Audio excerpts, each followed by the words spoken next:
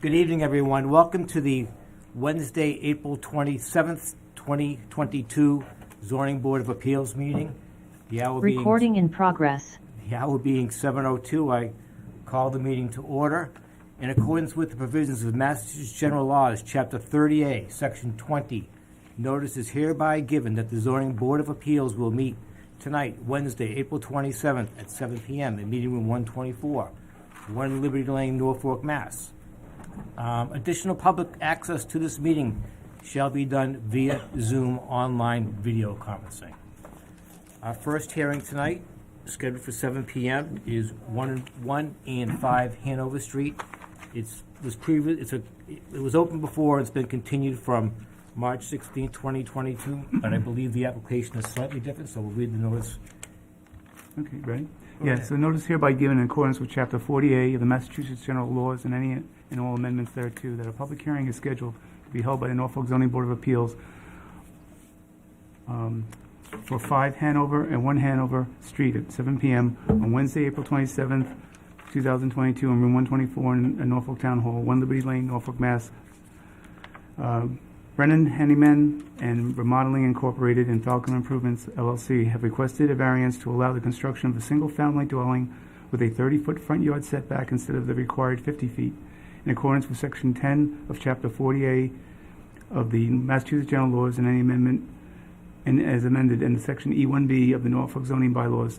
The property is located at 5 Hanover Street, Assessors Map 5, Block 6, Lots 45, and 1 Hanover Street, Assessors Map 7, Block 6, Lot 46, in the R2 zoning district. Thank you. Good evening, Council. Welcome. Great. Good evening, Mr. Chairman, members of the board. Edward Cannon on behalf of the applicants. I'm joined tonight by Jim Neva from Dunn & McKenzie, as well as Mario and Monica Martin on behalf of the applicant. So just, it's been a little while, so it's nice to be back in front of the board. Just by way of recap, we opened this hearing on September 1st, and would it be possible to pull back a little bit so I could show the two lots on that particular plan? Is that, thank you. And when we were before the board on the 1st, I prepared a memo. I took the board through the technical zoning, variance requirements of the statute, and at that,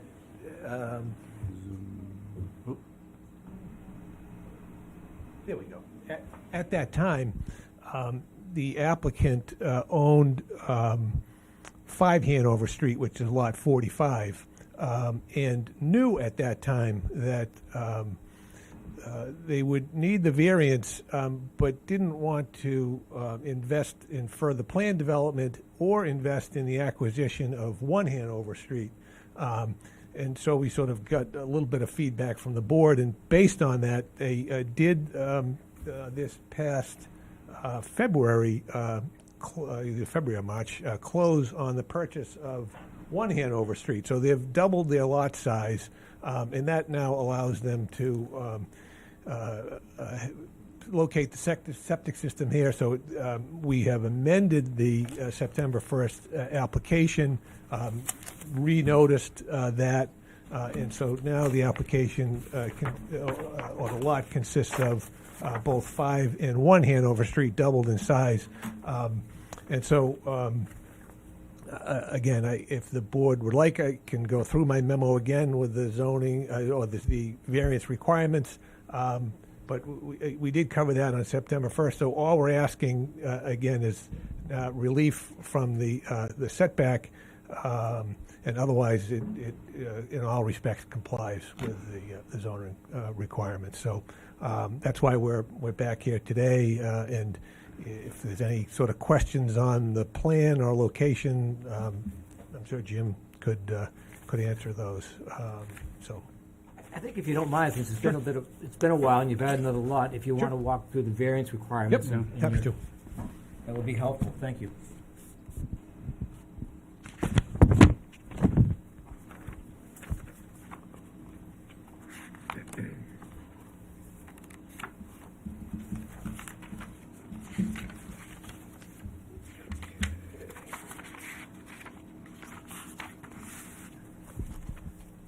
Okay, so as the board knows that there are three criteria that, owing to circumstances relating to soil conditions, shape, or topography of such land or structures, and especially affecting such land or structures but not affecting the general zoning district, that's part one, a literal enforcement of the provisions of the bylaw would involve substantial hardship, financial or otherwise, to the petitioner, that's number two.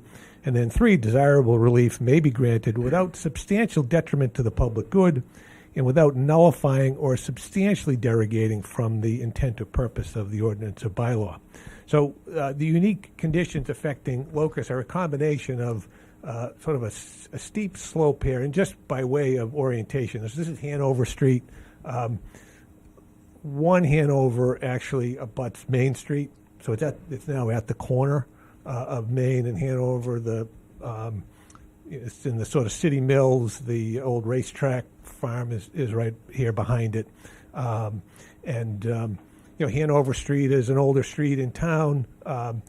The plan now shows some of the setbacks of some of the homes that have existed there for many years, and the board will see that what's proposed is consistent with the other homes there, but I don't want to get too far ahead of myself. But essentially, the location here of the wetlands forces the house up. So it's possible to build a house, but it could only be 16 feet wide. So in reality, it's a shed. It's a glorified shed. It's not really marketable. That is unique because in this area, it all slopes. So Hanover slopes down this way and then back that way. So this lot is really, sort of snuggled into this wetland area. So it is a unique feature of this lot that doesn't affect the general zoning district. So that leads to part two, which would be a literal enforcement of the provisions of the bylaw would cause substantial hardship. In this case, they would really have a substandard house, not very marketable, and they would stand to lose quite a bit in terms of potential resale of that. So that would be a financial hardship that I would suggest meets the criteria of the statute. And lastly, that if the board were to grant relief, you're not really sort of varying or substantially derogating from the intent of the bylaw. So what's the purpose of the bylaw? Well, you don't want to have homes right up against the street. You want to have proper setbacks. You also want to have in this zoning district uniformity of properties with uniform setbacks.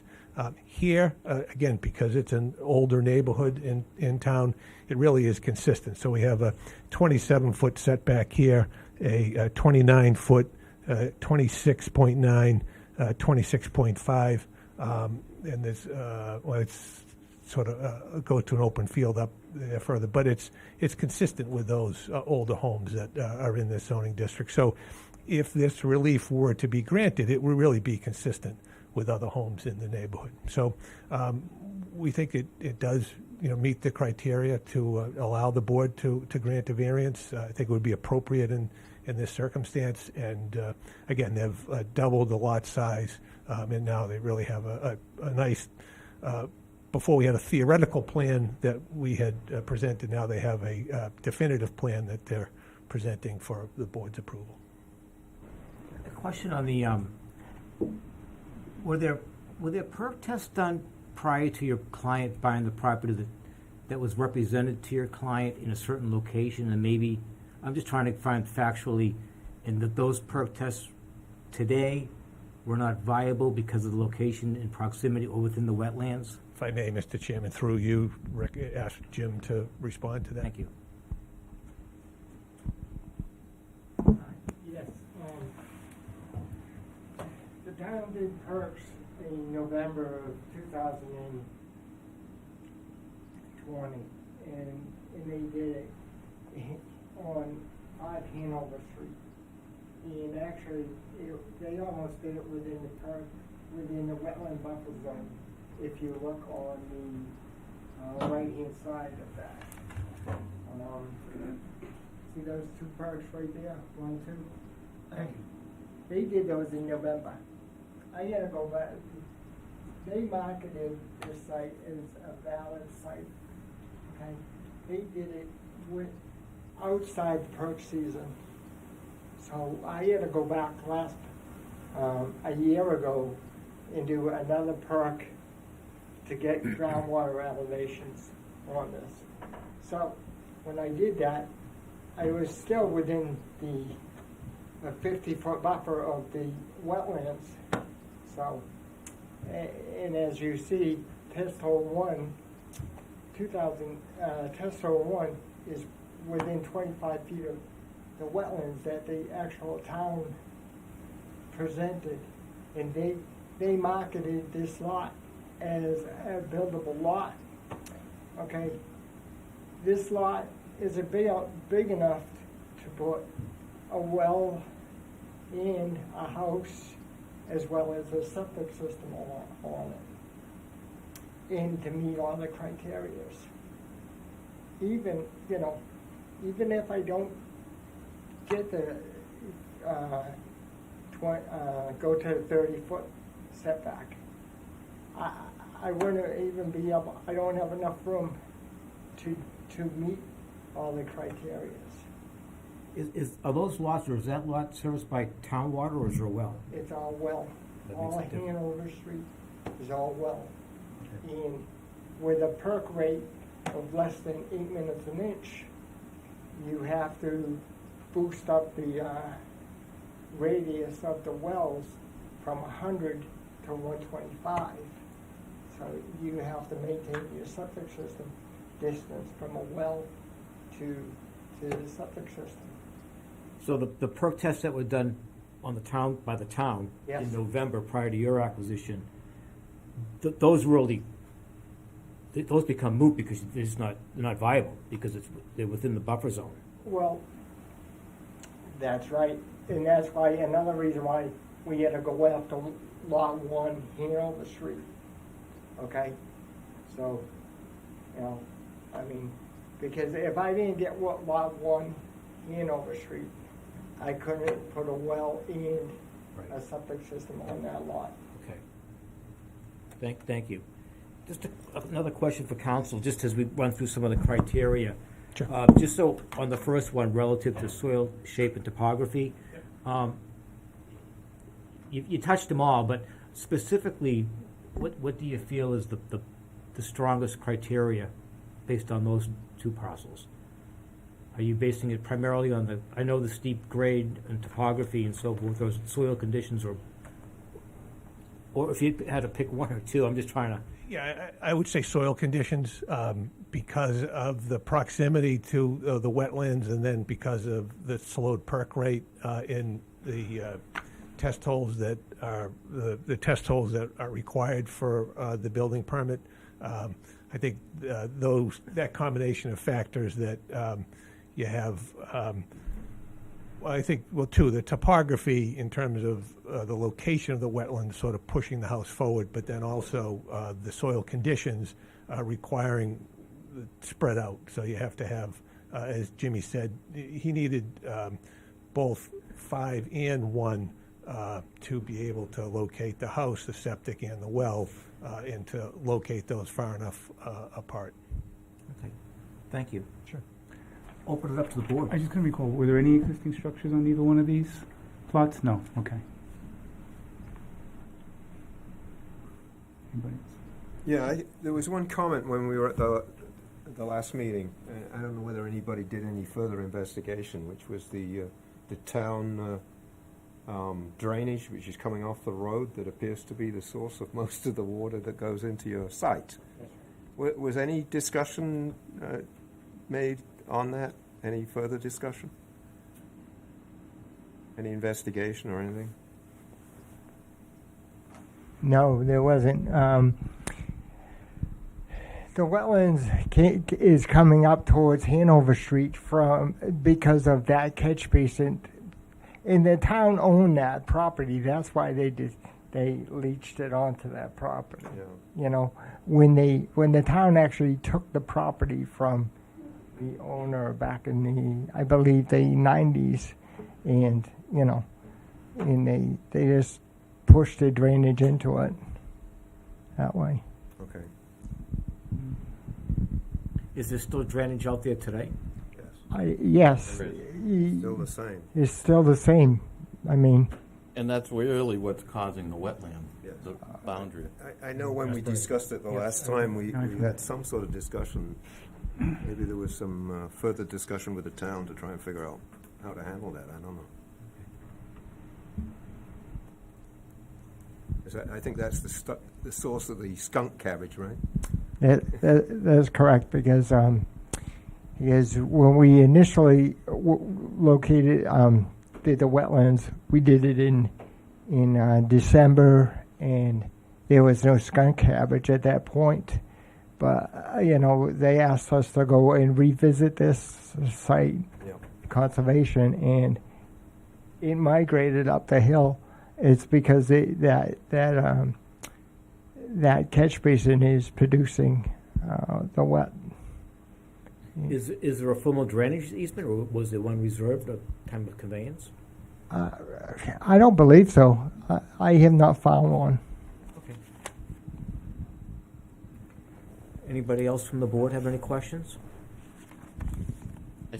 I mean, technically, the right-hand side of the lot is caused by the street water.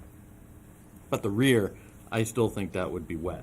Yeah, you've got to. So in reality, the setback is still caused by the rear water, which, Stream. Yeah. which is the stream. So Right.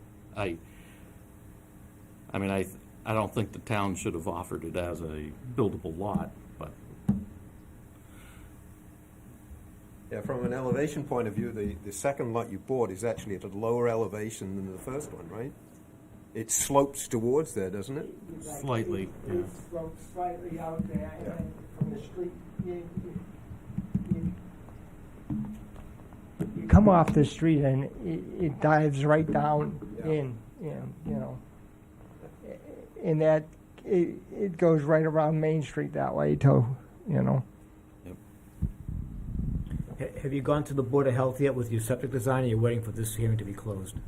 We're waiting for this to be closed, because if it doesn't happen, we Understood. don't want to put the burden on the people. I understand, You know. yeah. Okay. Any other questions from the board? Anybody from the audience?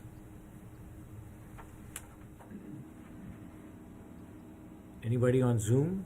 Any hands up? Is there anybody on Zoom? Go right ahead, Josephine. I've been on, my name's Josephine Kordahi. I've lived in town for a few years now. I've been on Hanover Street before when I went to go look at another house that was for sale, and it's a cul-de-sac, isn't it? Is it like a little No. neighborhood? No? No, Hanover Street's the cut-through. It's a cut-through from Myrtle Oh, kind Street of a to country Main road. Street. Oh, okay, so It I goes have to through, visit something else. Yeah, the ball field, the Holmes' ball field and stuff is up And then there. you've got the bus park opposite it. And this yeah. is at the corner of Main Street. Oh, okay, yes. Was there anybody on Zoom? Nobody else from the audience have any questions or concerns? Nothing else from the board? Can we get a motion to close the hearing? All right, make a motion, we close the hearing for 5 Hanover and 1 Hanover Street. I seconded. I should have said it for the variance of a 30-foot, for variance requiring a 30-foot setback. We have a motion and we have a second. Any further discussion? All those in favor say aye. Aye. Opposed? It's a vote. Thank you very much.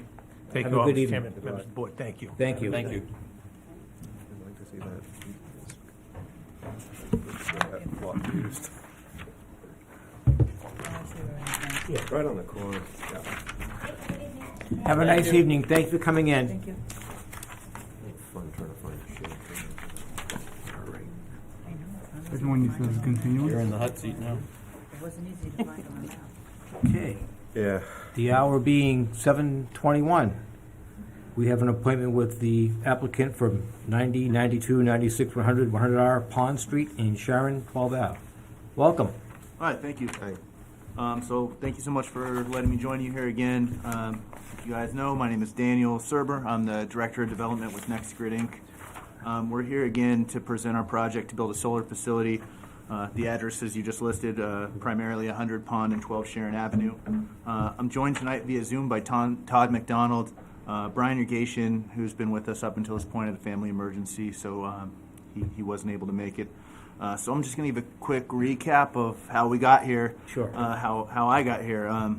The town of Norfolk released an RFP last year to lease the land near the town's water tower. We responded to that RFP on July 19th, 2021.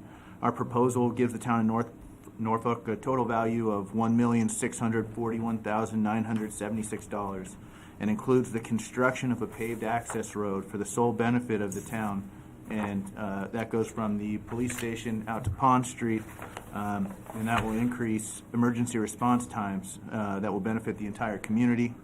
We're ultimately awarded the right to lease the town's land on October 1st, 2021. That lease was needed to be approved at town meeting. It was overwhelmingly approved by the voters on town meeting on December 22nd, 2021. A full map of the development was included in that, even though the vote from town meeting was just to approve the lease. We did have the full plan set included when it was approved, so our intentions were pretty clear. We first came here and presented to the ZBA on January 19th, 2021. We presented a plan that was pretty the same as the one you're seeing, except the setback from Pond Street was the wooded setback was 10 feet, and the setback was the minimum allowed by the zoning bylaw, so 40 feet. At that time, there was few comments from this board. I think it ended with you guys wanting to see what the planning board saw. Generally, it seemed like there was pretty positive responses. There was a site walk, and a few of you attended. After that site walk, the planning board asked to increase the natural wooded buffer to 50 feet. They specifically had asked for 50 feet after the site walk, and we agreed to do that.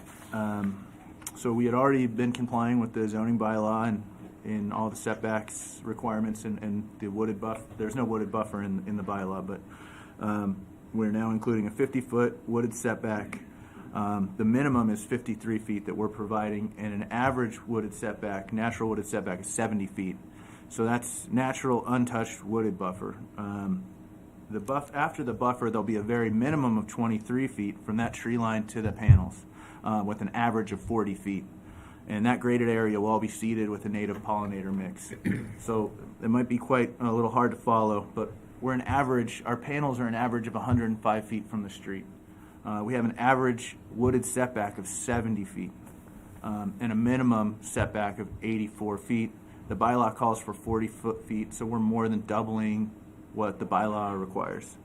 The solar panels are roughly 7 feet tall and just over my head, and they're going to be oriented away from Pond Street. So you're not going to see the glass you associate with solar panels.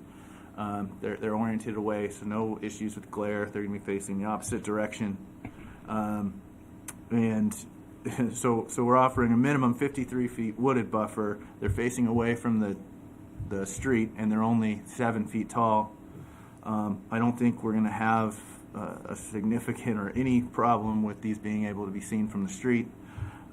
We think we are complying with the zoning bylaw. I am concentrating on this because this seems like the only point of contention. Yep. So to recap, we're offering the town $1.6 million in financial benefits. We're increasing emergency response times. We do not believe we're going to cause any visual impact, no noise impact. We have no abutter concerns up until this point. We're not causing any new traffic, no impact to schools, no new nitrogens in the soil from septic. We're just providing income with no impact. I'm here to answer any questions, but I hope I explained kind of where we are with the current setbacks, and I'll just open it up to questions. Thank you, Daniel. Do you have the original? This is the second, at least the second reiteration. Yeah, so this shows all the setbacks, so you can see. Do you have the original one that would show before this plan? It would be helpful, I think, to some of the board. Rich might have it, but I have Todd on Zoom, and he can screen share if that's. It would show kind of where you started at one point. And And I was in I went out to 2 of the site visits, and there was some planning board members there. They had concerns about, really, for those of you who hadn't had a chance to go out there, the planning board, and I was there also during the site visit walk, and maybe we'll get to that plan. I don't know if I don't have to see the arrow, but on the left-hand side there, that was the area of trying to create an area, a wooded area where you wouldn't see the panels driving down Pond Street. Yeah, that's where we had, the corner that they had flagged where they want additional setback is currently at around 70 feet. And from the corner, it's more than 100 feet Right. of wooded setback. So we always want to say yes until we can't afford to anymore. So, this is where we're at. This is what we can afford. And Is Todd? Yeah, I have access to share the screen. I can bring an older version of the plan. Can I go ahead and do that? You have access now, Todd. Okay.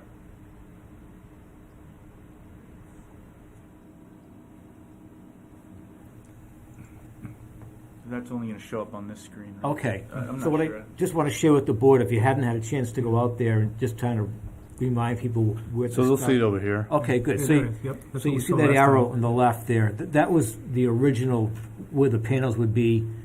There was a site walk.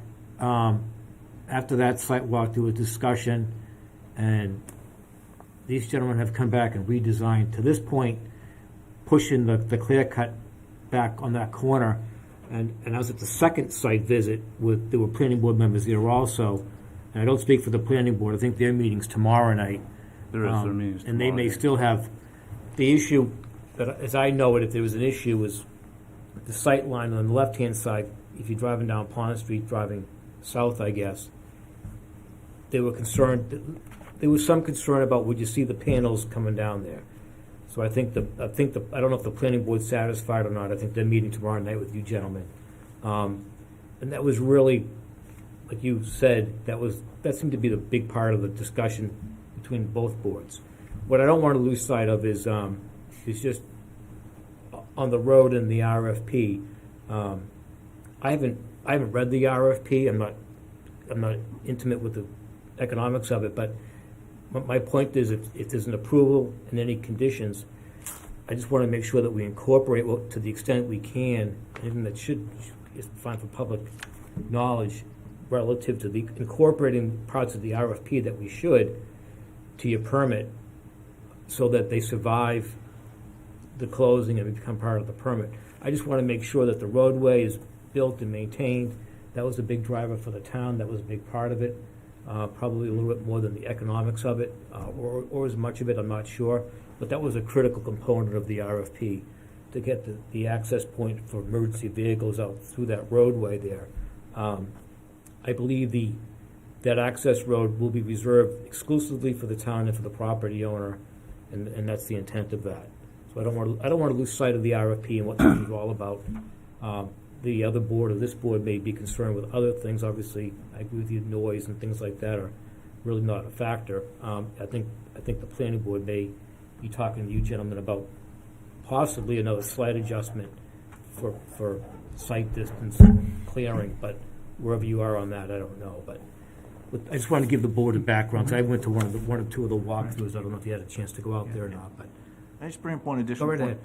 Yeah, so there's property developments along Pond Street, as you guys all know, and I don't think any of them were required to have wooded buffers on this stretch. So there's commercial buildings that are right on the street. Some of them are landscaped. And I believe on this parcel in 2018, the board had approved a big, heavy commercial use that's over 20 feet tall with no wooded setback whatsoever. We're proposing a 7-foot tall development setback or an average of 80 feet, and we're getting a lot of pushback, and we're kind of confused why, but just want to point out that there's been a precedent set that no wooded buffer is what's been required in the past. And so I think we're being very, very fair at this point. Well, I'll certainly open it up to the board. Any questions and comments? No. And this hasn't been the first of its kind to come before the board. And it's the, I guess, the direction where, you know, the future of utilities and power is headed. And we welcome all applications.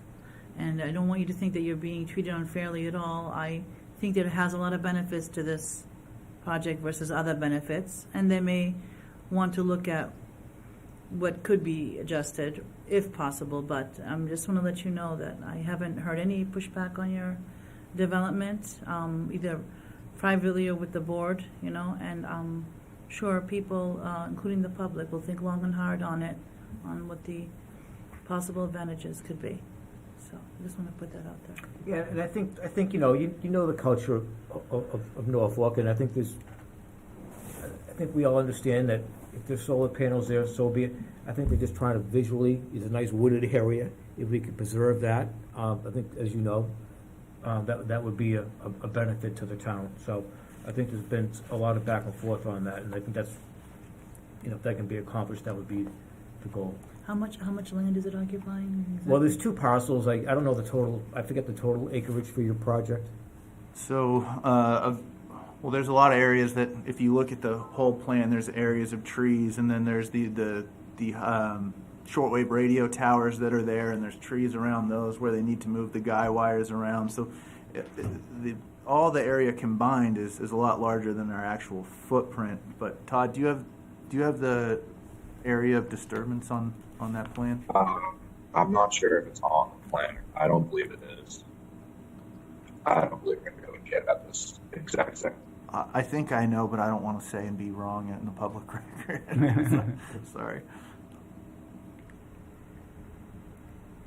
I think the total area of disturbance is around 14 acres, but I don't want to. Okay. And the two parcels combined are approximately how large? Well, there's six parcels, I Okay. believe. So there's the big town-owned is 12 Sharon, and then I think we're leasing just over 5 acres from the town, and then the privately owned parcels. So is it over 18 acres or something? All the parcels combined, including the town land, I believe, yes, is over 18 acres. So you have 18 again. Yep. Any other questions from the board? I'll just say, first of all, I apologize not being at one of the more formal site visits. I'm very familiar with where this is, and I can understand the initial concerns, because when you come down 115, you can kind of see over there. But I like what's been adjusted here. So I think that, you know, the fact that we're getting some adjustments according to some early comments, I think is very good. Okay. David, did you have anything? How big of I mean, in terms of production of solar, or, you know, Yeah, of so energy? Our original plan that we presented for you was, I believe, 6.4 megawatts, and then we had to drop it by 400 kilowatts to accommodate the setback and grading, the Yeah. updated setback and grading. So, Are there any towns in Massachusetts that have limited the actual size of solar field can be? so there's minimum sizes, and then there's maximum impact sites, but only in certain zone districts. I think Wareham, for one, just tried to pass a law to limit them at 10 acres, and that got struck down by the court. Plymouth has a law, I believe, that limits the size in residential zone districts only. If you look at how the DOER has looked at solar facilities, a complete ban or a complete limit in every zone district constitutes an overregulation, which is against state law. So a broad limitation has always been struck down, but limited into certain, especially residential zone districts, has been upheld. Okay. So there's a hodgepodge of all. Everybody has a solar bylaw, but it's not normal to limit the total size.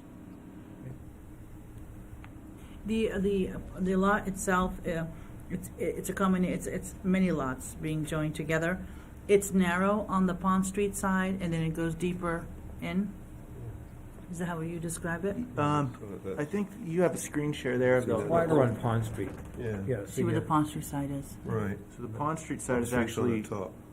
wider, but when you go farther down on Pond Street, then it's already cleared everything that's on what looks like it's on the west side of the access road that we're building. That's all already cleared. So only on I'm sorry, so I guess Yeah. that's the west side Yeah. of the access road is the only part that has existing woods. Yeah, so to the east of the access road, it's kind of bisecting the project in half almost. To the east of that, you know, there's already, it's not heavily wooded. Right. So chances are you'll see, if you travel that road, you'll see solar panels at some point. Well, we have the double row of arborvitaes blocking those solar panels, so we are providing landscaping where there isn't trees, and once those are mature, Leland cypress or giant green deer-resistant arborvitae, you won't be able to see the panels there either. You know, we did propose some landscaping on the wooded buffer side behind the trees to add further, but the planning board wasn't interested. So we really, really are trying to. Is that something you'd still, I know you're going back before the planning board tomorrow night, and I guess with this plan, is that something that you'd still consider as adding those plantings on that side also? I mean, honestly, I don't think they're necessary or even gonna be able to be seen. I mean, we'd still be willing to do it if you wanted it, but it wasn't, you know. I'd like to see how tomorrow goes. Okay. Anybody else on the board have any questions? I just have one more question. Go right ahead. What is our role in permitting this? What are we supposed to be looking for or determining? I mean, we have, like the one before here, we knew that they're out of compliance because they're wanting a 30-foot. Right. What are we? It requires a special permit, though. Yeah. It For just this requires a application. special permit, right? It's a unique situation where you have between planning board and ZBA, but Yeah, so It's almost like an overlap. It's almost Right. like we're both doing the same thing in one sense. there definitely is an overlap, Okay. for sure. And that's one of the things that we have at least talked about, you know, internally, to go back to this bylaw and make some adjustments, because there is definitely overlap duplication. So you're doing it, for you, it's the use, it's by special permit. For the planning board, under the solar bylaw, it rises up because it's a large-scale solar project, site plan review. So that's their role in this. But it would make sense to, so really, like Rich said, we're here for special permit for the use, and your planning board has a little bit different role, but there's certainly overlap. So, from a zoning standpoint, we don't really have an issue with the use per se at this point. I haven't heard any opposition from anybody on the board relative to Or the use. anybody else. In fact, No. this has been no secret So for a long time. would it be so- okay to make a motion like that? Well, my recommendation Or would to be. close the hearing and, This would be my recommendation. Sure. These gentlemen are going back before the planning board tomorrow night. The planning board, because of the election and the members of their board, they're gonna effectively, they have a hard deadline, I believe, because of their board members, to try to close their hearing tomorrow night. Because if they don't, they may not have the same board at their next hearing. So they may have to start over or whatever. I don't know the ramifications. So I think they've scheduled this kind of almost a emergency meeting, so to speak. They've had several meetings recently trying to accomplish what they're trying to do with these gentlemen. And I think most of it has to do with the clearing. So I think my recommendation would be, because the plan could change. So they're going before the planning board tomorrow night. I don't speak for the planning board. I assume they're gonna close the hearing tomorrow night, one way or the other. And then, once we know where they are, then we'd have a final plan. And then I would just recommend we continue this to our next hearing, so we know there might be some negotiation tomorrow night. Go right ahead. So respectfully, we really would like to close this out with one of the boards for a few reasons, but we've already made it pretty clear to the planning board that we cannot give them any additional buffer. We can't afford to. We've already lost a lot of our profit giving away the first 400 kilowatts, and I just, you know, My only thought on it is if, and I know what you're saying, Yeah. but if tomorrow night something changes, sure. and we've closed our hearing, now I think we have a little bit different issue. we're not going back then, we're not gonna get the benefit of whatever you came out of with the planning board. Okay. So now we're stuck, and I'm like, well, we can't take new testimony and hearing on it, so now you're really cutting yourself off. So it's not that, I don't think we're raising any Well, more issues, I think we just I wanna think, know. I think my question is, Yeah, what are would we- change? What are we changing? What would be changing? Because it's the use is what we're permitting. Yeah. The use is still the use. Even after tomorrow night, the use is still the use. Still PV. But what you You do, don't know the scope of it, and you don't know what, I'm just suggesting. that- I'm only, Right. I'm trying to stick to zoning, Right. not to a big picture. in so. terms of what could change, may not change, is the plan for which is incorporated as part of the special permit. Okay. So what you see on the screen, that could come at it tomorrow night, as is, and then It may not, it could. it could, and this is kind of a relevant, somewhat conversation, but there might be some adjustment, there could be some condition, I don't know. But the planning board does need to act tomorrow night. They need to take action. There is no more time in terms of for them as it relates to this project. So tomorrow, there will be some action, Okay. all right? I don't know what the outcome is yet, but there will be action taken. My understanding, just want to just make it clear, my understanding is this being leased from the town, or is this a purchase? We are leasing 12 Sharon, so the land around the water tower, and we're purchasing the private parcels that are along Pond Street. And then we're gonna give the town an easement back for the road that we're building for them. And this power source, who would mainly benefit from the power source? So, The grid? well, the grid would benefit. This is gonna be through the Massachusetts Smart Program Community Solar project, so anybody can opt in. The town itself, we've offered the town a higher rate of opt-in. We haven't come to an agreement with them, but it would be essentially 1.5 cents off of every kilowatt hour consumed. So the town consumes millions of kilowatts a year, so it could become a very big discount if they opt in. All the residents can also opt in online to community solar, and they can choose this project and benefit specifically from this project, but they could also honestly just opt into another project that's in the area. And this isn't going to be a specific benefit, but it is cool that you're I do know consuming that- energy and benefiting from something in your backyard that's generating tax dollars. and We everything else. received notification that Eversource is going to be going up on their rates too, so, in the last month, so, We meet again, in 3 weeks? We meet on, our next scheduled meeting is May 18th. Yes, about 3 weeks or so. Right. 4 weeks at most, yeah. Right. So, unless something extraordinary happens, I know that I don't see any reason why this board won't, allow for this use at this property. yeah. But if it's just we could probably make them first on the agenda maybe at Oh, that sure, meeting. I'd certainly entertain a motion to Yeah. What to is- continue this hearing to May 18th at 7 o'clock. Right, I say there might be just a I understand formality. David's point, and I mean, to me, I understand that. From what I'm hearing them say, Yeah. they're not going to change anything. And they're gonna be going in front of the. They're going to planning be board going anyway. before the planning board, and if the planning board puts more criteria out there, they're going to say it's off the table. Right, and our approval may really matter at that So it point. doesn't really matter But to once- us. but they get that quick approval. But this, we don't know that. Right, right. Right. But we will know. when We will have our- know in May. next We will right, know and it may be tonight. just a formality that Right. everything's in place. We just approve the Right. Just to answer kind of a broader question, if it was just you as the permit granting authority, what's coming under the site plan aspect, you'd be looking at more so the screening, the drainage. You'd have a bigger role in it in terms of, but because it's, Right. so. But I think,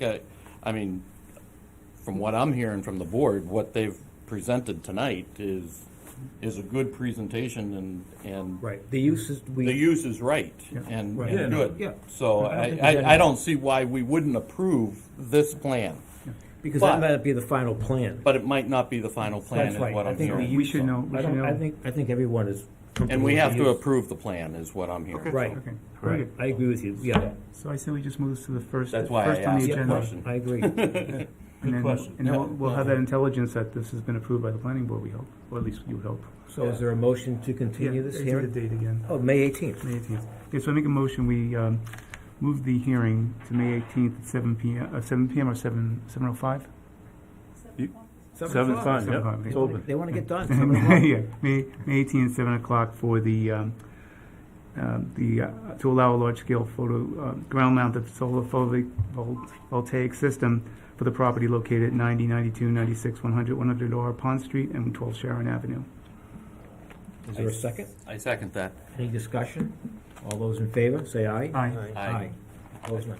I'd like you to hear that we're positive towards you. Yeah, no, I Thank really, you, Daniel. really appreciate it. You Thank guys you. have always. I guess the meeting's Thank you for your Thanks. time out in the fight. I appreciate that. Thank you, They Todd. probably should have came before us, yes, I don't know why that didn't happen, yeah. Okay. Yeah, I don't like the idea of them losing 400 kilowatts. Though. Next, we're gonna have Put trees, 1920 Shire Drive. Okay. Yeah, put trees in, and they're losing 400 kilowatts. Okay, the hour being 7:47, I think we have an appointment with folks relative to 90 and 20 Shire Drive. Let me read that in. Please. Notice hereby given in accordance with Chapter 40A of Massachusetts General Laws and any and all amendments thereto, that a public hearing will be held by the Zoning Board of Appeals in Room 124 at Norfolk Municipal Building on April 27, 2022 at 7:30 p.m. for the following application. Island Lighting and Power Systems Incorporated for an appeal of the Building Commissioner's Zoning Enforcement Officer's decision in accordance with the Massachusetts General Laws, Chapter 48, Section 8, and the Norfolk Zoning Bylaws, J4B1B, outdoor storage, and J4B1C, building with a minimum footprint of 2,000 square feet with an occupancy certificate. Good evening, welcome. Hi, good evening, thank you. Please identify yourself. Yes, surely. My name is Jeff Jerrier. I'm the operations manager at Island Lighting and Power Systems. We are a commercial and industrial electrical contracting company located on Shire Drive in the Shire Industrial Park right behind Eagle Brook Saloon. Our neighbors are the police station, MAS Building and Bridge, and then Trident Environmental, among others. We own a number of acres of both contiguous and non-contiguous land up in the area. We've been in business for 30 years. 20 years of those have been located here in Norfolk. In fact, our owner and founder, Jim O'Neill, is a resident of Norfolk as well as some of his family members. I'm here before you this evening to appeal a violation notice we received in January of this year relative to, as you referenced, an outdoor storage issue with some of these non-contiguous pieces of land that we own. By way of background, in January of 2021, we began the construction of a solar carport on our property. First of its kind in Norfolk, I believe, and if you're not familiar with it, it's essentially an elevated structure that has solar panels on the roof. It's a 200 kilowatt structure.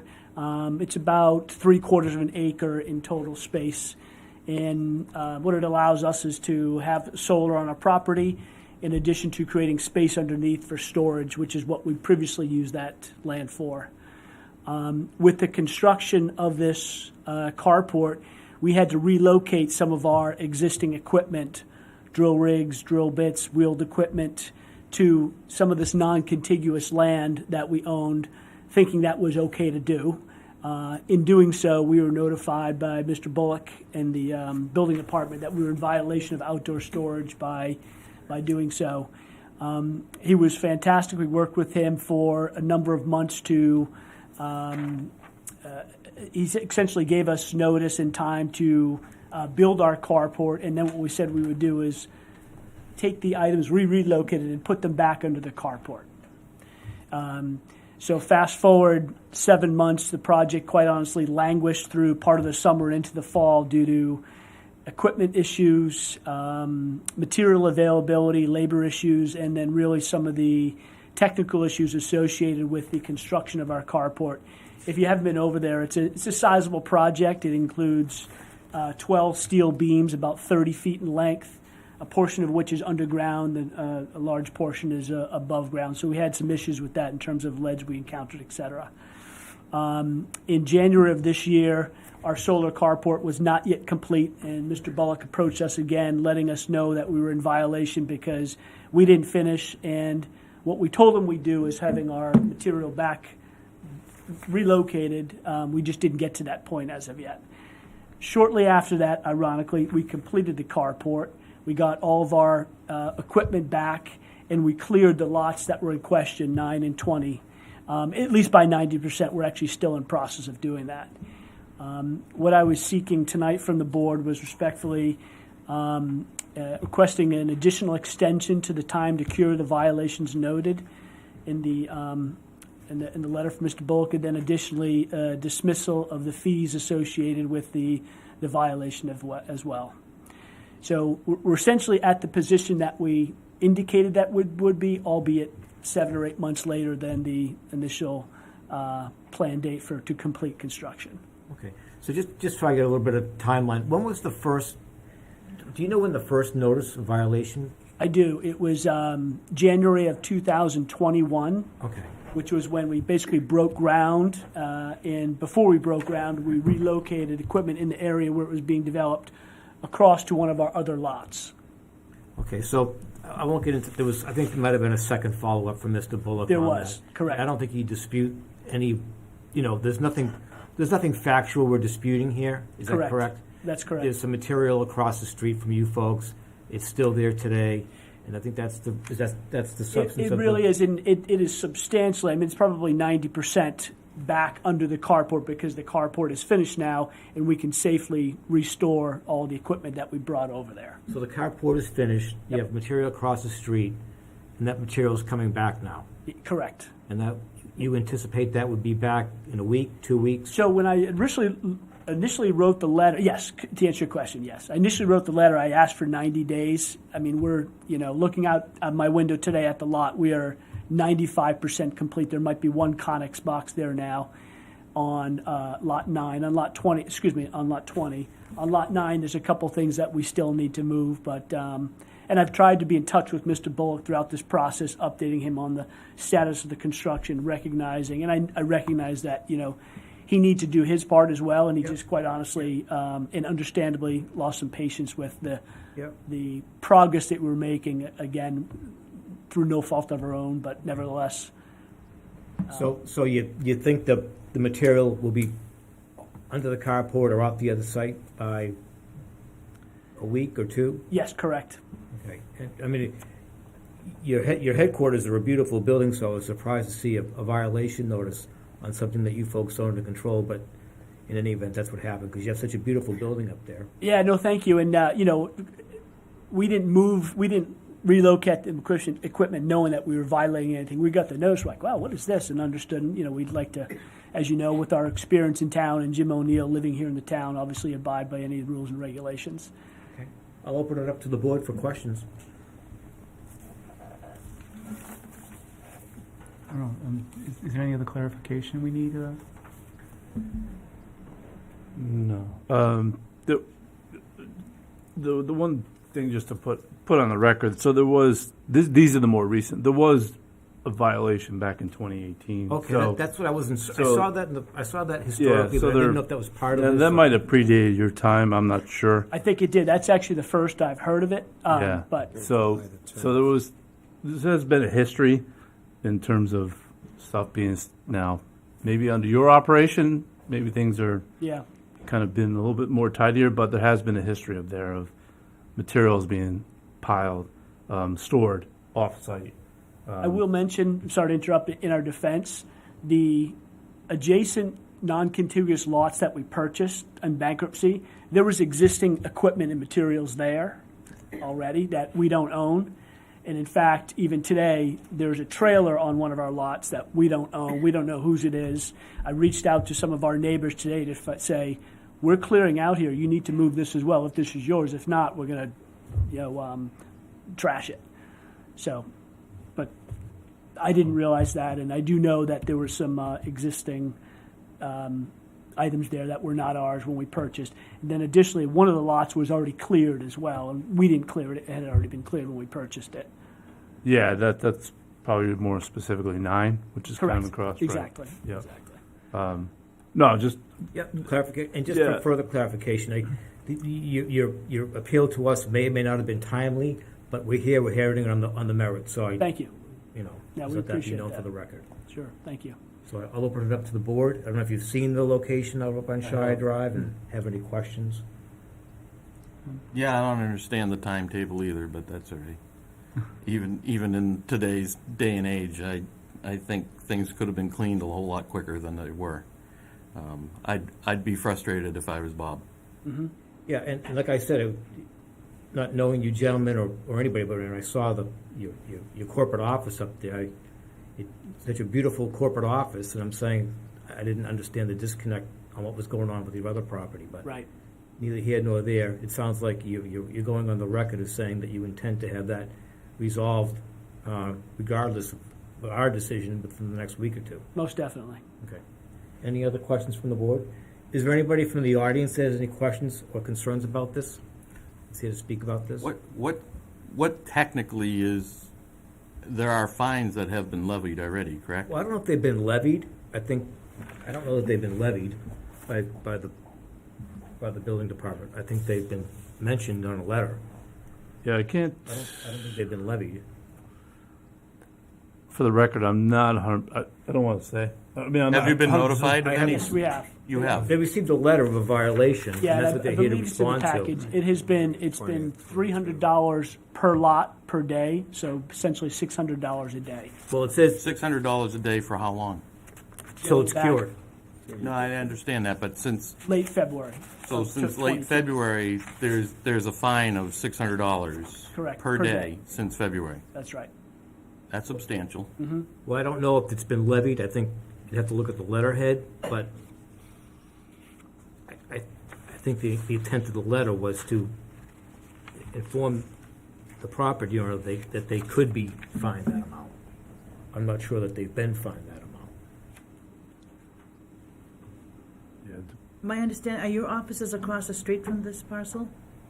They are, correct. And do you own this parcel? We do. Okay. And from my understanding from you, the other people are also storing items on there? I'm sorry. Other individuals are also storing debris there? Yeah, so there's two elements to that. When we purchased the lots, there were some existing large concrete blocks and things like that were there. And then there is one other person's trailer with a number of items on it on our property right now. We don't know whose that is. And when did you purchase it? 2017. So, and you haven't seen any movement since? I mean, those become yours essentially, don't they? Yeah, well, we were just talking about that today. Possession, 9/10 of the law, right? So there's some. But that said, there's a lot of development there. So I reached out to the neighbors today, saying, Yes. if it's yours, please come get it. So we're being asked to, one of two things. I guess we have to agree he'll be in compliance. And do we have to waive a fee is what we're being asked? I don't know if we can do that. I don't know that, well, they're asking us to waive a fee. I don't know that we have to. I'm sure you have the authority to waive it. That's what I'm saying. I don't know if we have the authority. I think we're trying to, He's making an appeal for us, from what I understand, he's making an appeal from us to grant him more time. And so that means that the fines don't get levied until he's done.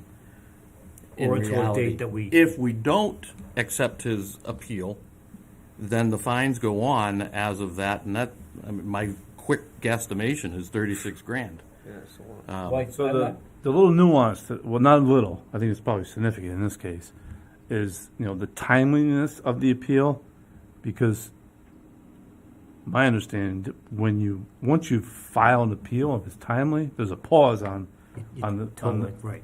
the I hear you. on the fees.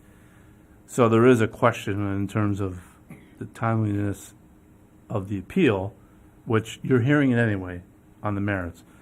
So I'm not really 100% comfortable to give you a good answer on the fee aspect of this for Right. tonight, quite honestly, to know how to understand that. Then the second aspect is the merits of the appeal, which I think the goal is clean the site up. I mean, right. they have a nice business in town, they have a beautiful building.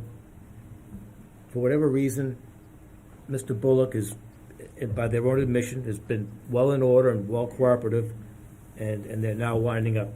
Why it hasn't happened sooner, he's testified to some of that.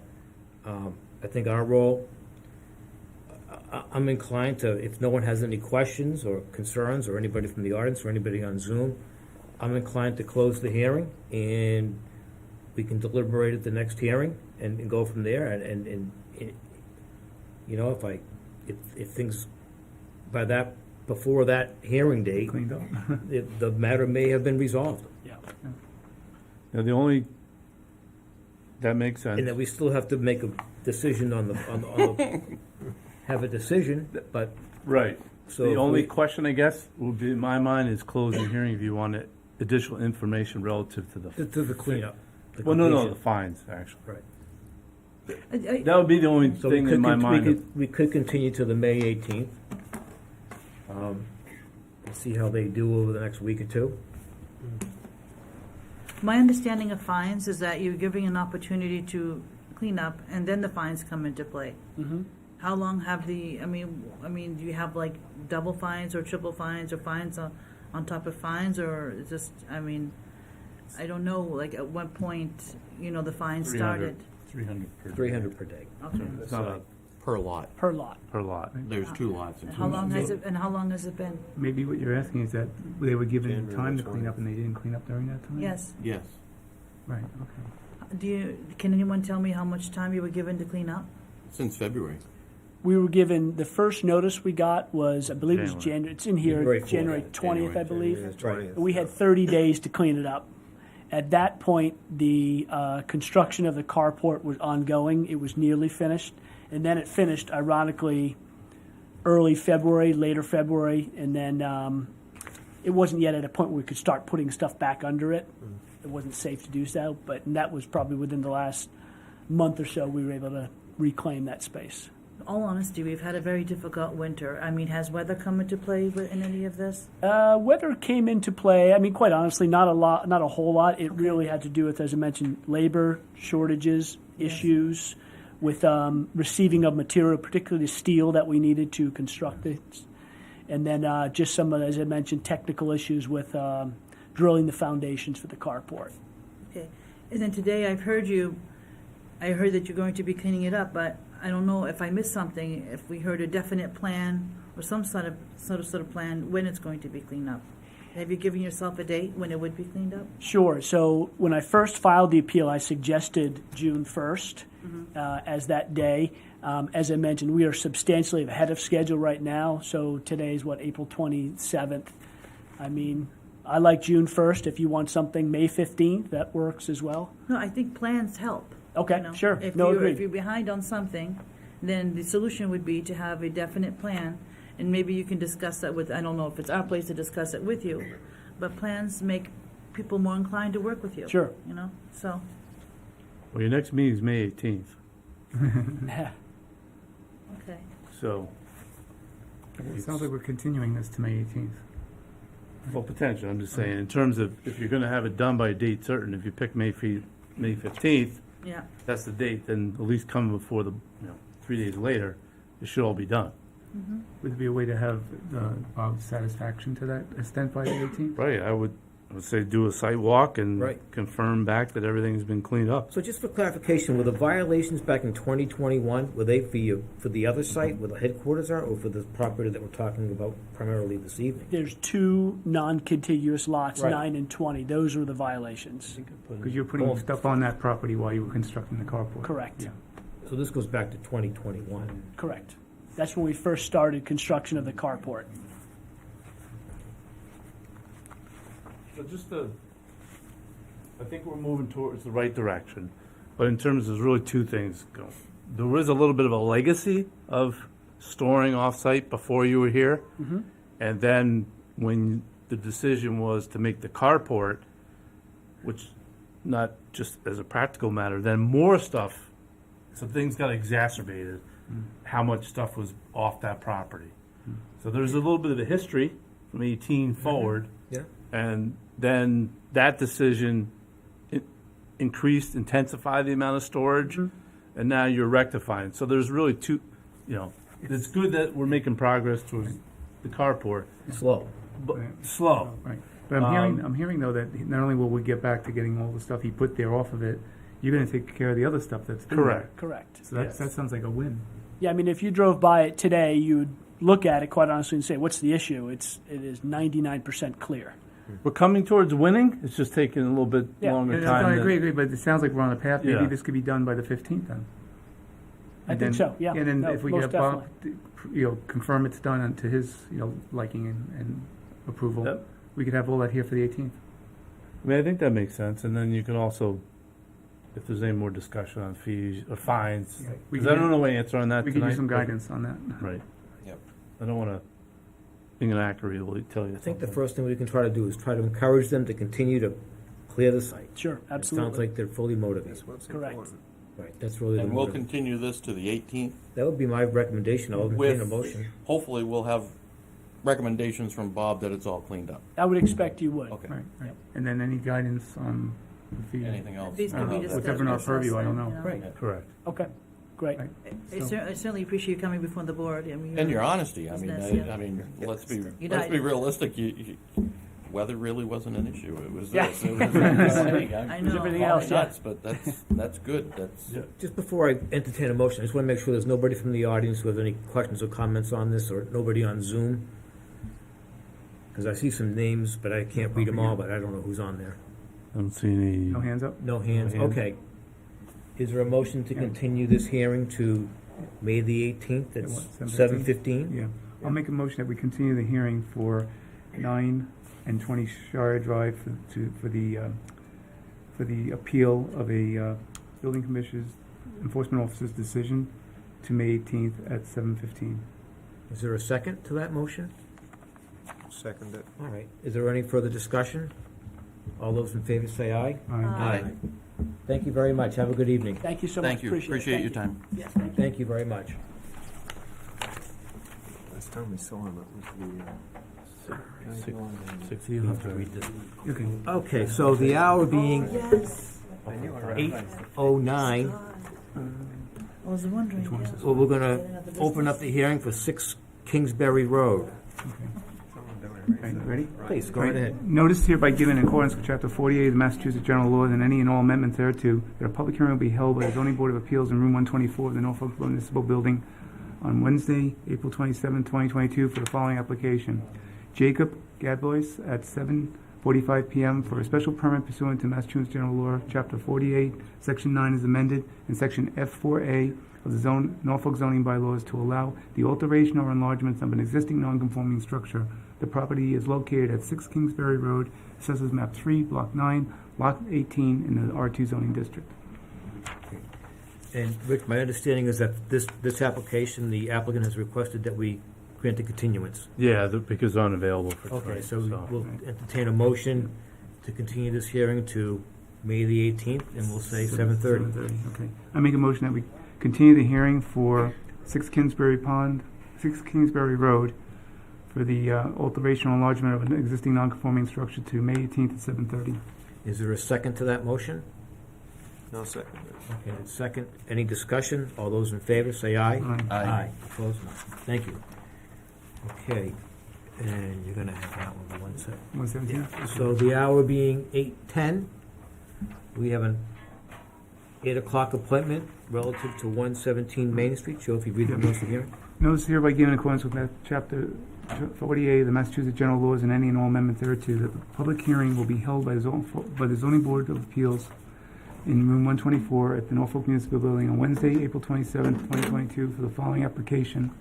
The Town of Norfolk at 8 p.m. for a special permit pursuant to Massachusetts General Law, Chapter 48, Section 9, and Norfolk zoning bylaws, L4B1A, for a reduction in the property line setback from required 50 feet to 30 feet, and a variance pursuant to L4B1C for providing a green belt within utility access easement. The property is located at 117 Main Street, map 14, block 57, lot 24, in the B1 zoning district.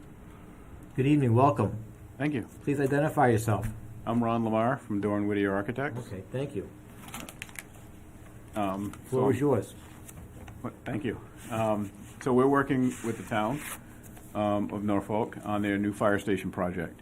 One of the things that we've reviewed as part of our project is this is the existing survey that Rich has up on the screen right now, and you'll notice that there's an easement just north is straight up the page, if you will. So in the northwest corner, you're going to see an easement, which is a utility easement, which was granted by the town to the church property. When we reviewed the greenbelt requirements of the bylaws, we recognized that we would not actually be able to plant according to the deed within that utility easement. So the variance we're asking for tonight is to be allowed not to build any plantings within that utility easement. The utility easement is currently used as the drainage for the church parking lot. If it helps, we also went out onto the site with Rich himself and walked the property with Bob, the building inspector, as well. And the recommendation was to apply for a variance. So in terms of context, just a little bit more for the board. Yep. The church property, which is on the, essentially the left-hand side of the screen, is within the residential zoning district. The fire station site is within the B1 outer district. And so why they're before you is that when a project abuts the residential district, it triggers the further setback from the residential district boundary, and then it likewise is the green belt buffering that's required between that and a commercial site. So the variance is to waive the green belt. So there's going to be a reduction in the width, which is to allow go from 50 to 30 feet. That's what they're requesting, which will be on both sides. Well, Yeah, it'll be on. You have the L101 drawing. So the intent is to provide the green belt in accordance with the bylaw from the ability to plant on the south side of the property up to the easement. And so what we have here, as you can see here on the screen, the upper left-hand corner again, which is the easement location, would not be planted. And then we would start after the easement and go down the property line with the green belt up until the rock face. So the rock face that's there, the building on the ledge, we'd have to actually blast ledge out in order to plant the green belt. So, and there's existing vegetation there. And we do have a meeting upcoming with the planning board once we submit. The planning board has the jurisdiction under the bylaws, if there's existing vegetation already planted, to consider that when reviewing the green belt. So for tonight's purposes, what we're asking for is we are going to install the green belt against the church property up until the easement location. And is the green belt area being reduced from 50 feet to 30 feet? Am I missing that? It's going, so the length would typically go all the way to the street. Right. Given sight lines, right? So we have to Right. take that into consideration. So if the easement was not there, we'd probably go another 20 feet towards the street. But the width of the green belt, The width of the green belt, it meets the bylaw. it meets the bylaw? Yes. Okay, so it's really just not the plantings with up to the street? Exactly. Stay out of the easement, basically. Okay. And we also submitted the deed as part of the documentation where the deed actually stipulates. And that's the drainage easement in that area? That's the drainage easement, correct? Okay. So no plantings in the drainage easement Correct. is what it boils down to. That's 100%. All right, I'll open it up to the board for questions. So we're doing both a special permit and a variance, right? Special permit is for the reduction in the property line setback, right? Mm-hmm. Yeah, you're doing both. Right, and a variance, okay. And what the variance says providing a green belt within the utility easement, right? So Correct. Okay. So it'll be 0. The way the buffer requirement is, Right. the minimum depth is 30 feet for that green belt buffer. So they're just asking for the town's asking for variance to be, essentially 0 for that. And could you read the special permit again? It says, it says for a special permit, right, for a reduction in the property line setback from required 50 feet to 30 feet. Right, so that's a completely different topic. So the first topic is not building the plants in the greenbelt. Okay. The second topic is the special permit, which is allowed by the bylaws, which is to reduce the setback, as you can see on, if you go to the zoning board review Doran Whittier sheet.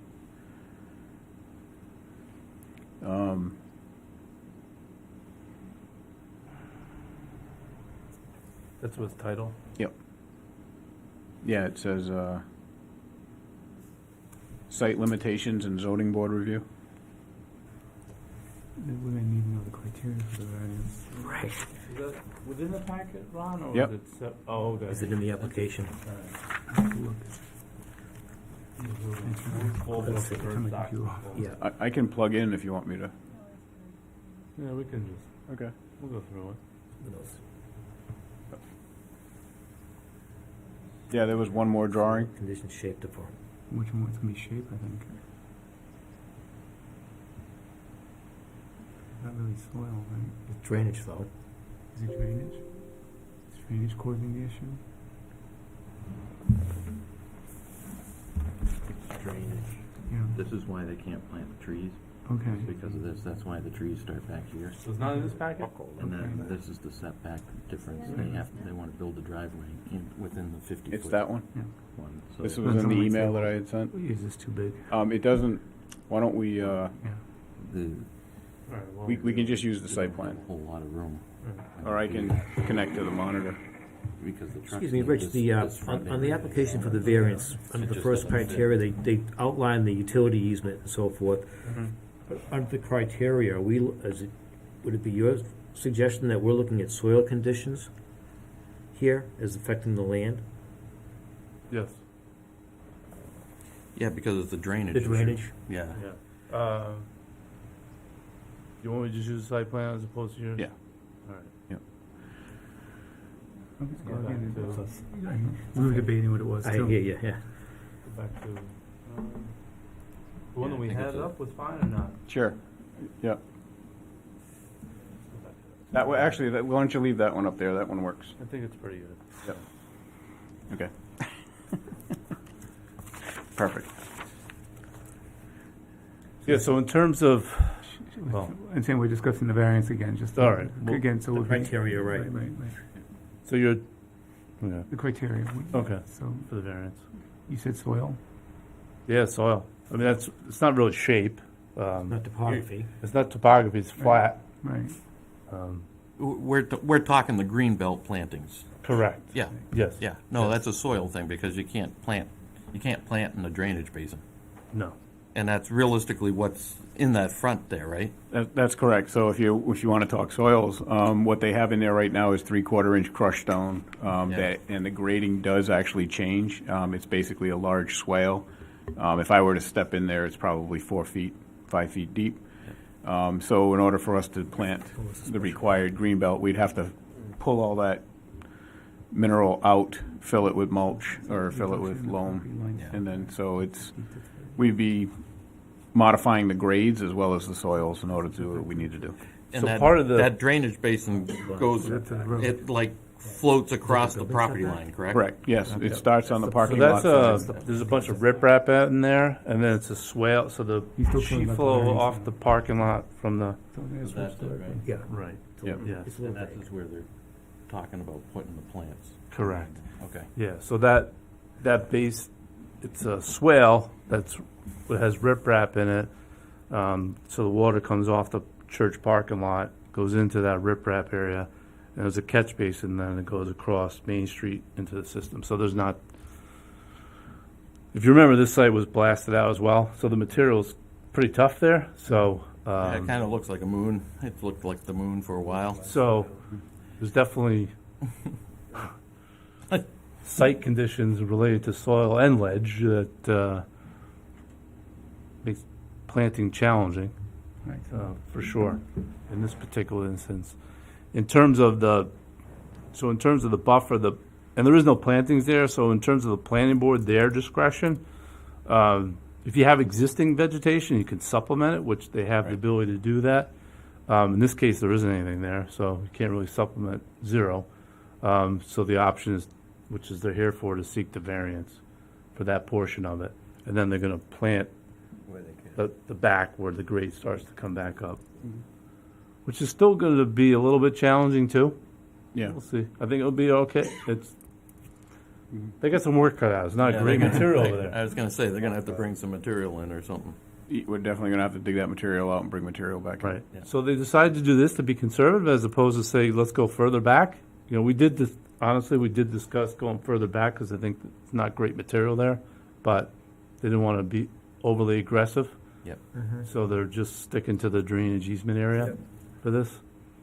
And then your question on that. And then the special permit. Yeah, Mitch, on the special permit, Clear with the property line setback, 'cause we're not clearing that yet. the- Okay. So, I'm sorry. go right ahead. No, please. So the second issue is, from the property line, the setback is 50 feet.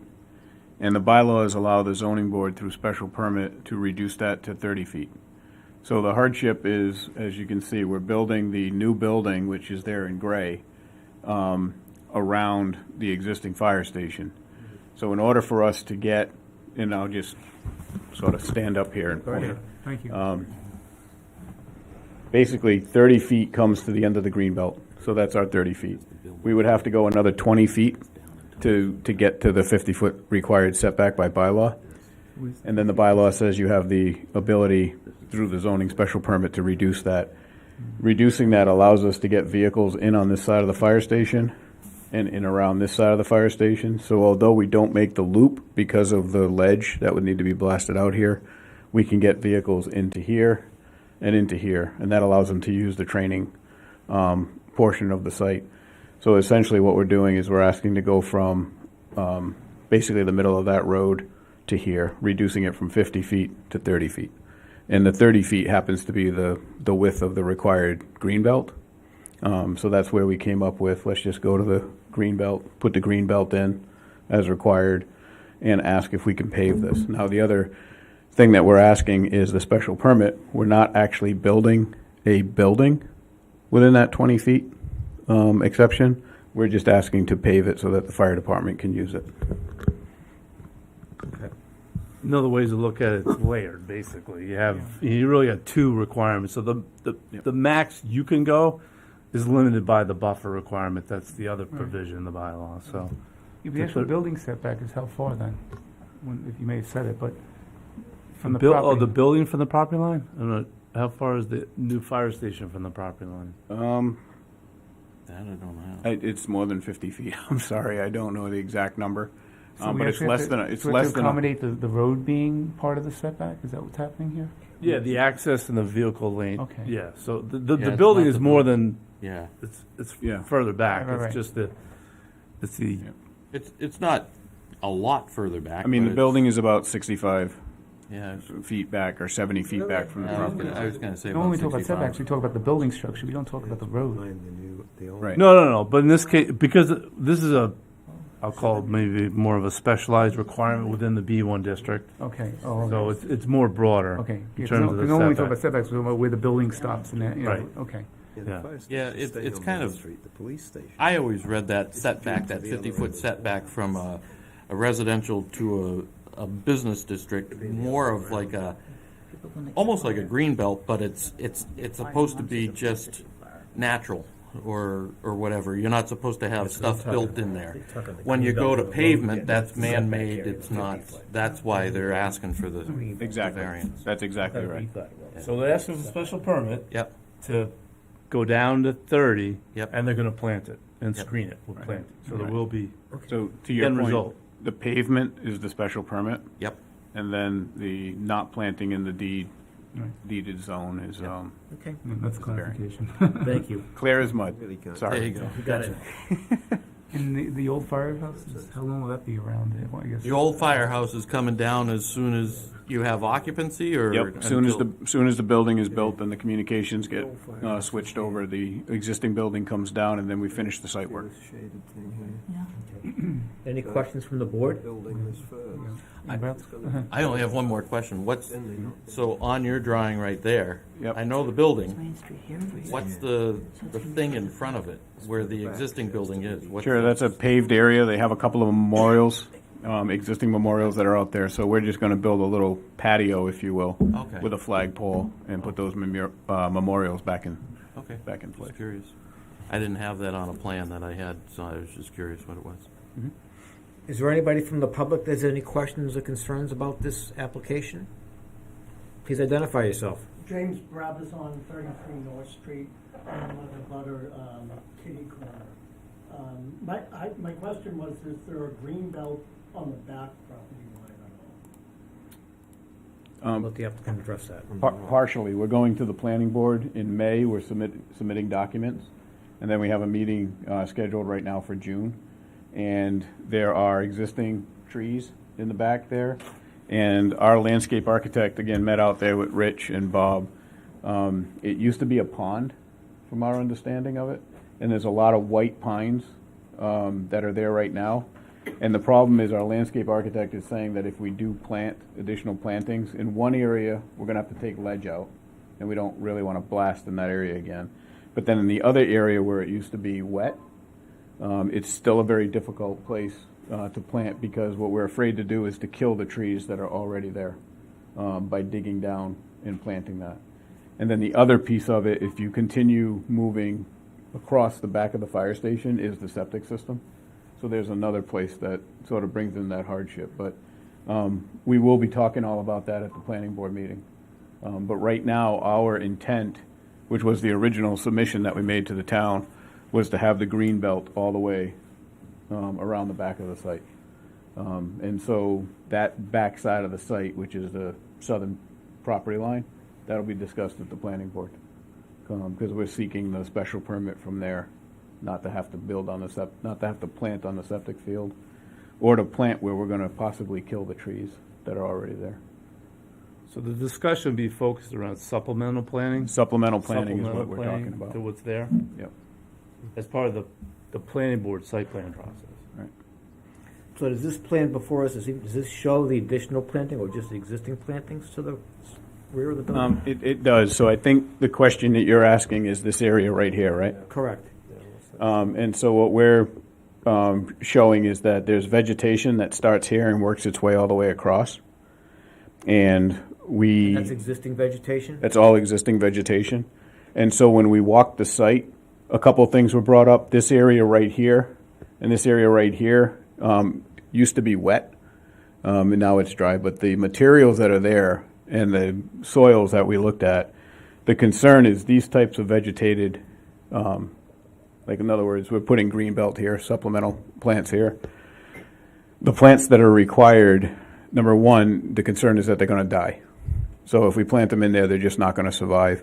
Number two, if we plant them, as you can see, according to the Greenbelt requirements of 15 feet and 10 feet staggered, we may be interrupting the root systems of those trees. And the problem is once the root systems are disturbed, those trees might not make it. So the question there becomes, and that's what we'll bring up at the planning board meeting, what should we do? And when we went out there and walked the site, I think we learned a lot. And we had a couple of meetings with the planning board already, and the suggestion was, let's go out with Bob, the building inspector, and Rich, the planner, and the landscape architects, and three of them were out there. And we kind of walked around and said, what can we do and what should we do? For two things, the health of the existing plants that are there and the survivability of the plants that we would install. So the consensus was that there would be additional plantings there. The consensus was, yeah, we need to talk to planning board about it. What do they want supplemented, and what don't they? Is that Well, it? in discussion with the abutter. Right. Not just, Right. it's not just the planning board, but the Right. abutter to Yep. provide. Because one of the discussions at the meeting was that, quite honestly, it'd be more effective to have it to their side of the property where the house Right. is, to be able to, because it comes down, right? So right. So the discussion was that it really may make more sense up where the homes are, Right. on North Street, to screen it than down on the fire station property because it's much below it. So that's all part of the, I mean, that's not for tonight, but what No, we're no, talking I about know, is. but there are for- butters here, Right, so I so the figured- planning board, what we wanted to talk to you about is, building exactly where we're supposed to build is not gonna work. However, as Rich just said, building further up the hill is not on our property, the town's property, but it's something that we're gonna discuss.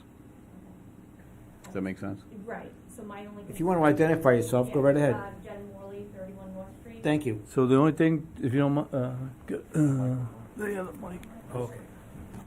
The mic is for the people at home, Oh, sorry. If you want to identify yourself again, go ahead, please. Sure, It's on. it's on, it's, No, it's not for in here. Is the light green? no, it's off. That's Oh, why I'm- all right, switch it to green. Hi, Jen Morley, Thank 31 you. North Street.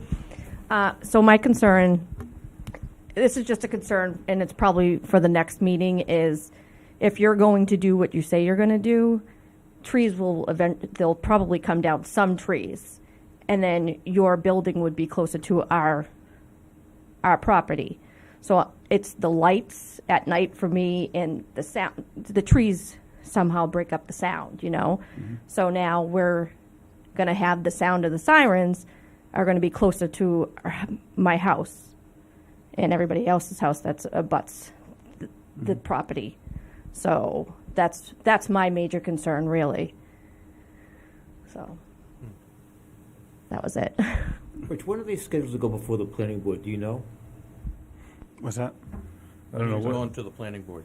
We're submitting everything in May, and we're shooting for the June 14th, maybe? I think it's the June 14th planning board meeting. So you may want to pay attention to that. You Yeah. probably get noticed as an abutter relative to that's where I think they can really pinpoint your issues. Yeah, Okay. But as you can see, the station is being built behind the existing station. right. So- So you're going to be coming right up to, even on the property, within my guess. Well, yeah, you can see we're a pretty good distance off the property line, but we're closer than the old station was. Yeah, oh yeah. Because Yeah. we're halfway, my land is like halfway back. If you want to use the microphone, that's we Yeah, can't. sorry. And I don't want to have a I would love dialogue to. between everybody, but Yeah. if you want to ask a question, go right ahead. Yeah, sure. Sorry about that. So we're probably where that wetland, like little swamp area that you were talking about, we're right there. That's where our land ends. It could be, so Right. that's, So- so it looks like you could be building, I think what's being described is, here's the property line, yep, and your house is back here. yeah, Yeah. correct. So I think the point that you're making is, this is the back of the existing fire station, Yep, and it's going to be closer. yep, But we're still a good distance away from the property line, but we are closer to your house, because your Correct. house is here. yes, Yeah. correct. So we can definitely bring that up on the 20th Yeah, and talk more about it. so Yeah, it's June 14th, or when's the next meeting, board meeting? I'm not sure it's been set yet, but No, it hasn't. So the planning board meeting for June, if they meet the target, that's up to them. Right, and that's the But, target I was looking at. so is June 14th? Okay, Yeah, Flag Day. it's Flag that's Day. right, it is Flag Day. So if they meet the target, you'll get the notice. If they're there, if they make it, you'll get the notice, because just like the notice you got tonight for them, you got a notice for tonight, right? Yeah, I did. All right. Okay. I did. So you'll get another notice. We'll just will we get a notice regardless if it doesn't meet the deadline? We'll get, No, it won't be on. it will be yeah. for the, okay, yeah, So then it would just go to July. Right. right. But when July comes, if it makes it, we would You'll get be a notice. notified That's of the what- first hearing. basically, When it yeah, gets I'm here, looking to when get they're notified. ready, you'll get get notified. the notice. Absolutely, you'll Right. definitely get the notice. So, yep. okay. Is there anybody else from the public that has any questions or concerns? Is there anybody on Zoom? I I hear, Someone's trying to speak. You're on mute, sir. hold on, you're on mute. I am? Not now. Now we Oh. can hear you. Can you hear If you you now? want to identify yourself, welcome. Yep, it's Kevin Champagne, 2 Seneca Street. I'm the chair of the Fire Station Building Committee. So just wanted to thank the board for their consideration tonight. I think Ron did a great job kind of walking through why we're asking for the special permit and the variance. It certainly makes the site a lot more usable for the fire station. So I just wanted to thank everyone for their time. Okay, thank you. And I think you heard some of the comments from the audience, and hopefully you can address those issues when you get before the planning board. Yes, Thank agreed. Okay. I was going to say that nothing we're voting on tonight affects the abutters who raised any concern. We're talking about we're talking about the church side of it. Right. Right. Anybody else from the public? Anybody from the board have any questions? I'll entertain the motion to close the hearing. I make a motion that we close the hearing for 117 Main Street for the special permit and for the variance as applied for. Is there a second? I second it. Great. Any further discussion? All those in favor say aye. Aye. Thank you very much. Okay. Have a good night. Thank you. Thank you. Thank you. Thank you, everyone. Thank you for what you're doing. Hopefully we'll have a new fire station soon. We just moved it up by the We'll write up a police. decision. Yeah, We'll just- yeah. You won't be labored with all that. Not labor, but we'll review what gets written up. Correct, yep, same pro, Okay. I'll write something, draft it up. Nothing else on drafts right now, right? We're all caught up for the moment? I know. We're all caught up. Yeah. Thank you. Most places do, like Medfield. And thank you for that. Thank you so much. All right. All right, what we got now? Appointments. Millis is- Owen Kelly, Powerhead LLC. Where are we? Now the bond reduction, I didn't understand. All right. I don't necessarily think it's particularly that critical that he's necessarily here tonight. This is really step one. So there's two 40B projects, Boyd's Crossing, which is on Main Street, and then Lakeland Farms, which is on Cleveland Street. What they've asked is for the consideration of the board to reduce the bond that's being held for the completion of both projects. As a matter of process, what we would do is I would suggest your recommendation be forward to the beta group who's doing the observational work on the project. They would go out, do a site inspection, evaluate the work that's been completed, to see if it's been completed and completed satisfactory, prepare a report and a punch list of what could be released or not. So in terms of, for tonight, it'd be just to put that in motion for your upcoming meeting in May. Okay. I have not received consent from the applicant to make sure they pay for those. You have to pay for beta. For beta. Okay. So I would Well, just add that in. Well, we So- could make a vote subject to. Yeah, So really, you're asking for two votes, I think. You're asking for a vote on each project, the first one being Boyd's Crossing. yeah, You're asking for a vote to authorize the beta group to go out and do a site inspection, prepare the punch list with a recommendation to us for which items can be released from the bond. correct. And do we put any sort of timeline on that? Or is it just a general vote? It's in there, it's in. Well, it's in their interest to It's certainly in the developer's interest to move forward, and yeah, Beta's to.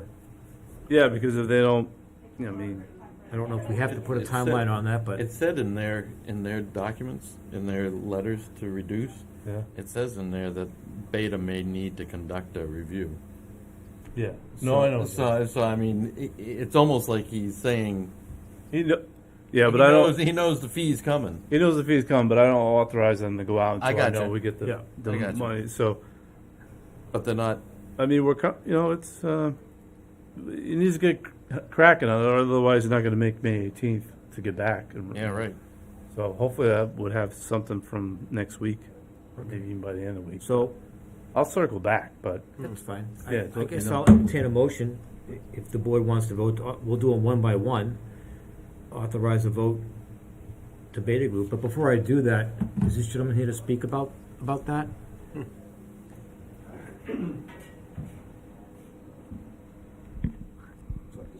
Can you hear me? No, No, it it's needs gotta to be be green. Oh. How about now? Yep. Yeah. Okay. There you go. Michael Baskin, 53 Boyd's Crossing, and a current member of the Boyd's Crossing Board of Trustees, Homeowners Association. I think I have to offer credit where credit is due. Developers have been in to try and wrap up the outstanding work. It is not yet complete. They have replaced the curbing. There's some remaining paving and handicap ramps that had to be completed.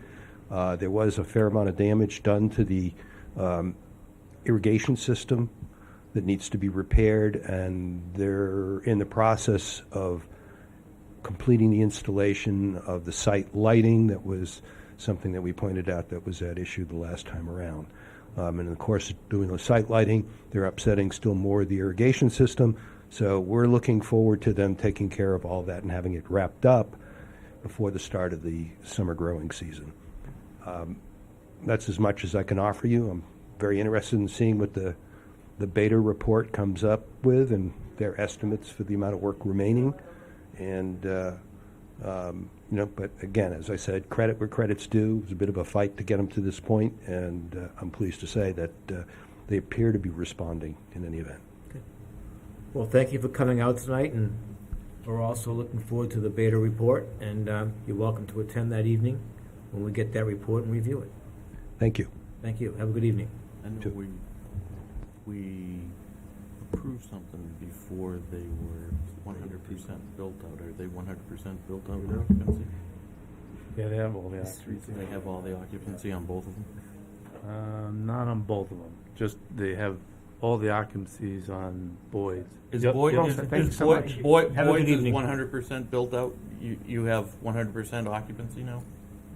We do, all Okay. the facility. Okay. Is correct. Great. Good to hear. Good. Yep. Actually, a couple of them have been recent. Good to hear that too, because they probably sold for more than they bought. I'm sure they did. Yes, I am too. Very good. That's great.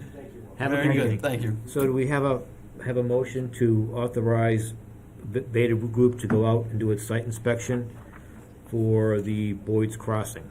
Can I say so moved on that? So move. Any further discussion? Who is the Beta Group? That's a third-party independent Okay. consulting firm. So they're an independent. And They're independent. And- The applicant pays for it, but they're working on behalf of the So board. we'll authorize it, subject to the applicant agreeing to pay those expenses. Correct. All right. And- Good. And I think, So moved. so moved. Good. You just need a second. Any further Second. discussion? All those in favor? Aye. Aye. Say aye. Aye. Likewise, we need another, I'll make a motion that we Lakeland's not 100%. authorize Beta Group to go out Not yet. and do a site inspection for Lakeland Farm You know, the relative front to a porches are request for growing. reduction or release of They bond, put on, subject to the applicant almost agreeing to pay those fees. different or something. So moved. So moved. Almost Need blends a second. No, I don't know. Is there what a the deal second? is. I'll second. All those in favor? Aye. Aye. To vote. Sorry, it's my dad. All right, casting a vote. I'll be there in the morning. Yeah. All right. 8:15. That's okay. He's a good son. We're gonna. No, TV. I can't do that, but I will bring you something to eat. So moved. All right. Love you. Bye. Oh All my right, gosh. you're on record now. Hey, when your parents get older, you That's beautiful. You Good son. do That's that. beautiful. Really, they're not watching you though. No, they're not. They're not watching. Before we I break don't up, know I think we have a few more.